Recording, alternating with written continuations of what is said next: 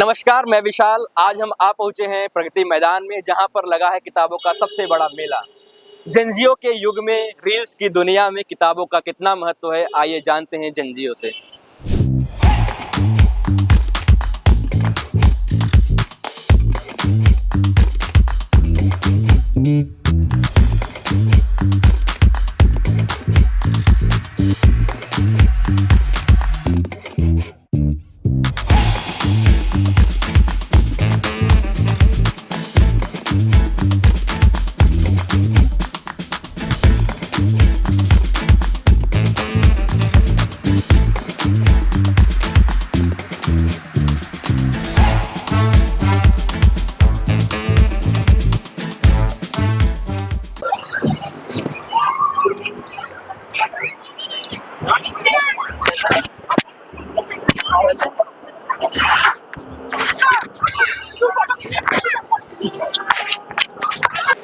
यहाँ पे बैठ के आप बुक पढ़ सकते हैं, बट और बुक पढ़ के वापस रख देनी है, ले जानी नहीं है।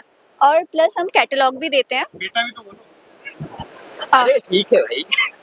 तो बच्चे हम कैटलॉग भी देते हैं, जिसमें सारी जितनी भी बुक्स डिस्प्ले होती हैं यहाँ पे वो मेंशन होती हैं। अगर आपको परचेज करनी है वो बुक्स तो आप स्टॉल एक्सप्लोर कर सकते हैं। इवन यहाँ पे फ़ोन नंबर्स एंड एड्रेस भी हैं पब्लिशर्स के, तो आप चेक ऑन कर सकते हैं, उन्हें बाद में कांटेक्ट भी कर सकते हैं। या बच्चों के लिए, पूरा बच्चों के लिए। वो क्या चीज़?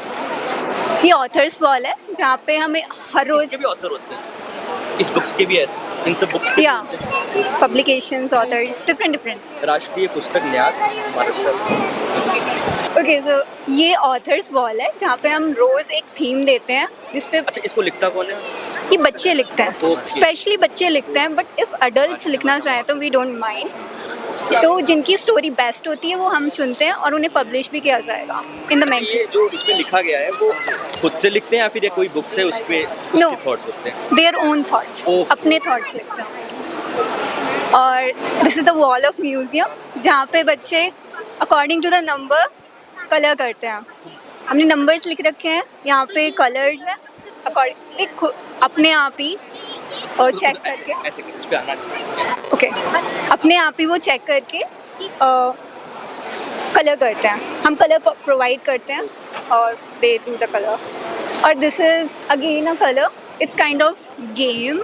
यहाँ पे एलिमेंट्स हैं, वो अपना कलर भरते हैं, यहाँ पे एलिमेंट्स फाइंड करते हैं, उसके बाद उसे सेम कलर से कलर करते हैं। स्टिल हम प्रोवाइड करते हैं, शीट्स प्रोवाइड करते हैं, स्केच प्रोवाइड करते हैं, पेन प्रोवाइड करते हैं, एवरीथिंग। तो वो घर भी ले जाते हैं जो आप प्रोवाइड करते हो? एक्चुअली वो यहाँ पे कर सकते हैं जितना भी एक्टिविटीज़ करना हो आपको, बट घर ले जाने के लिए नहीं, वो नहीं मिलता। परचेज करना?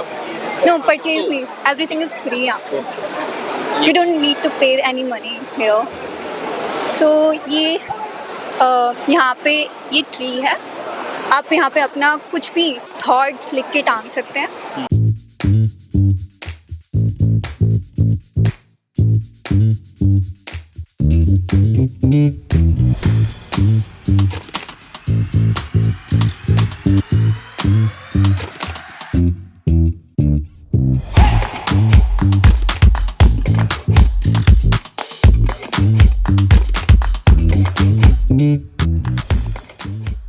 तो क्या सजेस्ट करोगे, कौन सी किताब अगर कोई यहाँ पे आए अगर तो? सीखने के लिए सबसे अच्छी बुक है भाषा प्रवेश है। उसकी छोटी छोटी डिक्शनरीज होती है जिसमें कि संस्कृत वर्ड्स लिखे होते हैं और इंग्लिश हिंदी ट्रांसलेशन जो होता है, शब्दकोश बोलते हैं। तो जैसे कि हिंदी इंग्लिश डिक्शनरी होती है, वैसे संस्कृत टू इंग्लिश हिंदी होती है कि संस्कृत के भी वर्ड्स आपको सिखाएंगे। वो है छोटी एक है बाल केंद्रम करके बुक है, कि जैसे लाइक कोई टीचर है, आप टीचर बनना चाहते हैं तो बाल केंद्रम की कैसे बच्चे को उठाएंगे, कैसे शुरू से उसमें दिनचर्या से लेके ना रात्रि तक का उसमें संस्कृत वाले रात्रि बोल रहे हैं?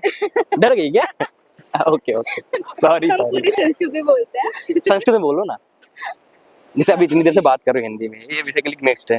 अगर संस्कृत में बोलना हो यही सब चीजें तो यद्यपि अहं संस्कृतेन वदामि तर्हि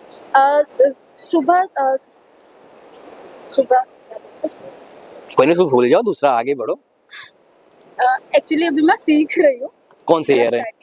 ईयर हम्म। ईयर तो देखो बेसिकली डीयू में क्या होता है कि संस्कृत स्टूडेंट हर स्पीकिंग नहीं कर पाता। मैं अभी संस्कृत भारती से जुड़ा हूँ, मुझे 6 मंथ ही हुए हैं। तो उसमें मैंने 1-2 वर्ग किए। वर्ग हमारे लाइक होता है 15 डेज का, कोई 20 डेज 10 डेज का। संस्कृत भारती जो संस्था है वो साल में 2 बार आपका वर्क करवाती है, लेकिन यहाँ पे दिल्ली में ही अमंडोली चुन की जगह सेवाधाम, वहाँ पे संवादशाला चलती है। हर 15 दिन में आप जा सकते हो, वहाँ पे बेसिकली संस्कृत सिखाते हैं। हम लोग पुस्तक मेला के बिल्कुल मध्य में हैं और हम लोग किताबों के चारों तरफ घिरे हुए हैं। अगर आप किताबों के शौकीन हैं, क्योंकि मैं 1 साल इंतजार करता हूँ कि पुस्तक मेला कब लगेगा और ढेर सारी किताबें घर पे ले चलेंगे, तो नए नए उभरते हुए एकदम लेखक आ रहे हैं, बिल्कुल जो बढ़िया किताब लिख रहे हैं, एकदम नवाचारिकता, फिक्शन, हर तरीके के किताब होते हैं।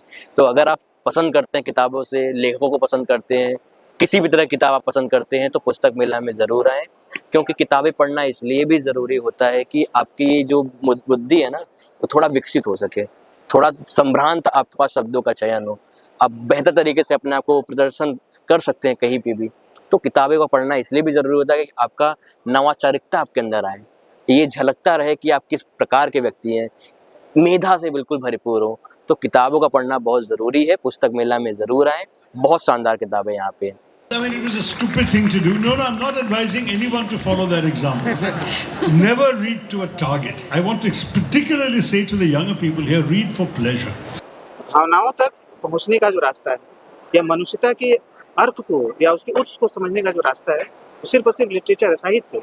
बिना साहित्य को पढ़े हम अपने आप को भी नहीं समझ सकते, है ना। अगर मैं सबसे पूछना चाह रहा हूँ कि अगर मैं किताब नहीं पढ़ा हूँ और मेरा अचानक से मन किया कोई किताब पढ़ने का, तो फर्स्ट टाइम अगर मैं किताब पढूं तो कौन सी किताब पढूं जो मेरे व्यक्तित्व को और निखारे?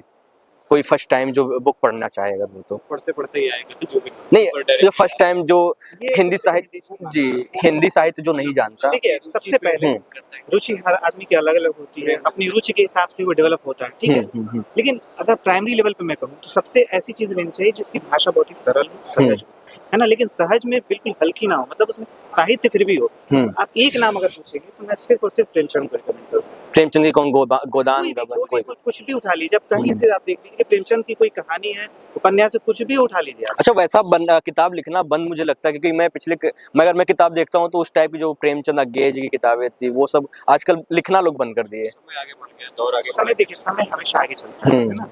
कभी भी हम ये नहीं सोच सकते कि शेक्सपियर फिर से इंग्लिश में पैदा हो जाए, ये संभव नहीं है, या क्रिस्टोफर कार्डवेल फिर से पैदा हो जाए, ऐसे लोग फिर से पैदा नहीं होते हैं। हमेशा समय के हिसाब से नए नए लोग पैदा होते हैं जो समय के अपने हिसाब से परिभाषित करते हैं, उसको विश्लेषित करते हैं, देखते हैं कि अब क्या हो सकता है और अब तक हमने क्या पाया, क्या किया, उसका पूरा कच्चा चिट्ठा, उसका सारा विश्लेषण।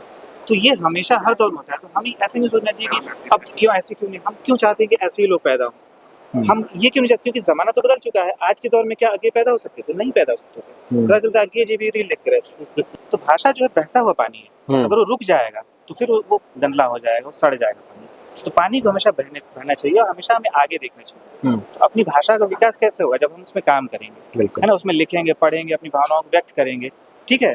तमाम तरह के शब्दों का आदान प्रदान, ये सब चलता रहता है। तो कोई भी भाषा बिल्कुल शुद्ध नहीं होती है। सारी भाषाएं जो है एक दूसरे से मिल करके, एक दूसरे से प्रभावित होकर के बनी है। हिंदी का निर्माण 1000 वर्षों में, ठीक, 1000 साल में हुआ है ना।